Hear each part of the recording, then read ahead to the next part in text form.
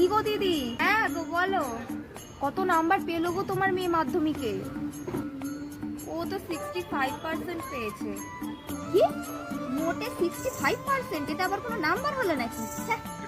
আমি আমার মেয়েকে ক্লাস 10-এ ওঠা থেকে বাড়ি থেকে বেরোনো বন্ধ করে দিয়েছি। 7টা সাবজেক্টে 7টা টিচার ছিল ওর। ভালো তো। তার কি করবে বলো?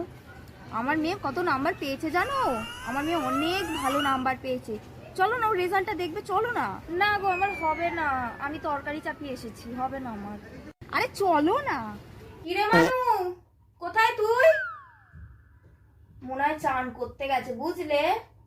তুমি বসো না, বসো। এই তোর রেজাল্টটা, দাঁড়াও। এ নাও ধরো, দেখো। এটা তো দেখে চিঠি মনে হচ্ছে।